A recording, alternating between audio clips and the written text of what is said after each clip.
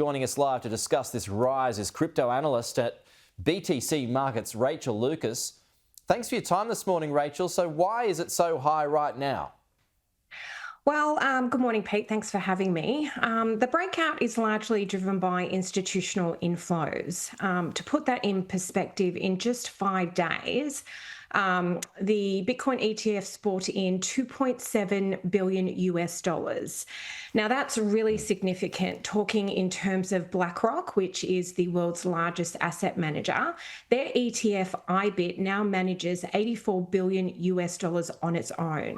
So across the board, ETFs are holding around 6% of Bitcoin's total market cap. Now, this is something we've never seen in previous bull markets. So what we're looking at is a deep structural demand that's not just short-term momentum. So you've also got this week in the US, Rachael, you've got Crypto Week. So the US House of Reps is debating 3 industry-friendly bills. Plus, we know that Donald Trump is on the side. So does all of this help legitimize it? Yeah, correct. You're pretty much nailed it spot on. So what we're seeing is basically the regulatory framework in the US is now on the side of Bitcoin. So in previous administration cycles, we've seen the regulatory framework in the US be really harsh on the digital asset industry. So what happened was when Trump came into power and started backing the crypto industry, what he talked about was actually regulating, so bringing in legislation that allowed companies like BlackRock to be able to provide ETFs to corporate and institutions so that they'd actually have a safe place to actually gain Bitcoin exposure. So when you've got this figure that's so high, and I seem to recall Richard Branson, though, saying years ago that he believes one Bitcoin could get up to 250,000. But should folks...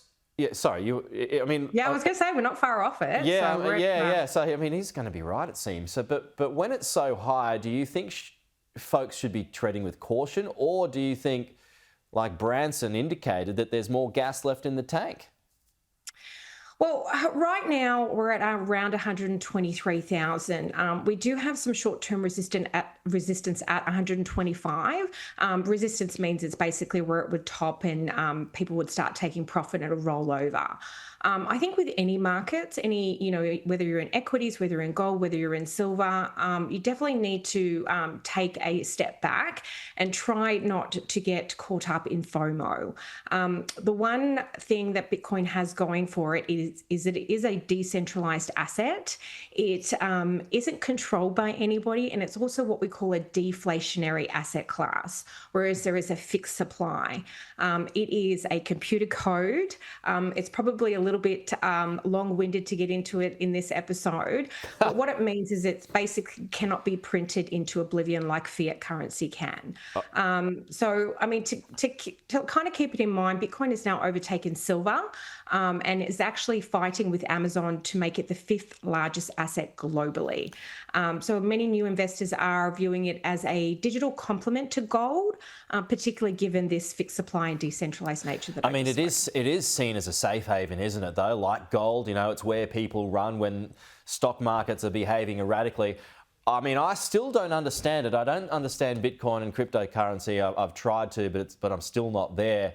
But it's going to be here for a long time, isn't it, permanently?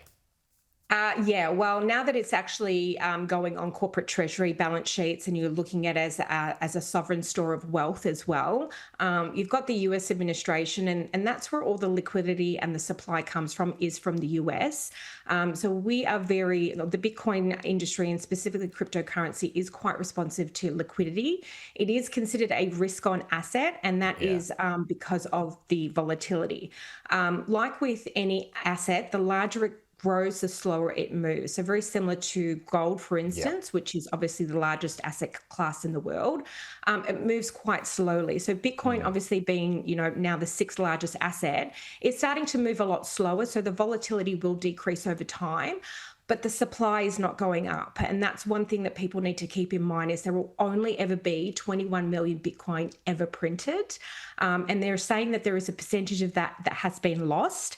There is a guy that lost quite a significant amount of Bitcoin in laptop that he accidentally threw out.